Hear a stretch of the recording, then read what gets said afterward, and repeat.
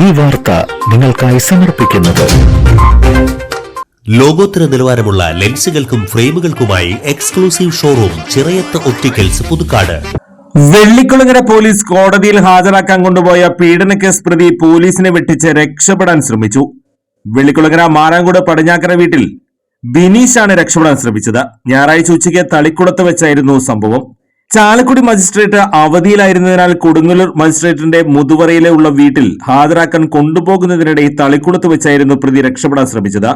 ഹോട്ടലിൽ നിന്ന് ഭക്ഷണം കഴിഞ്ഞിറങ്ങിയ ഉടനെ ഓടി രക്ഷപ്പെടാൻ ശ്രമിച്ച പ്രതിയെ പോലീസ് കീഴ്പ്പെടുത്തി. സംഭവത്തിൽ പ്രതിക്കെതിരെ വാടാനപ്പള്ളി പോലീസ് കേസെടുത്തു.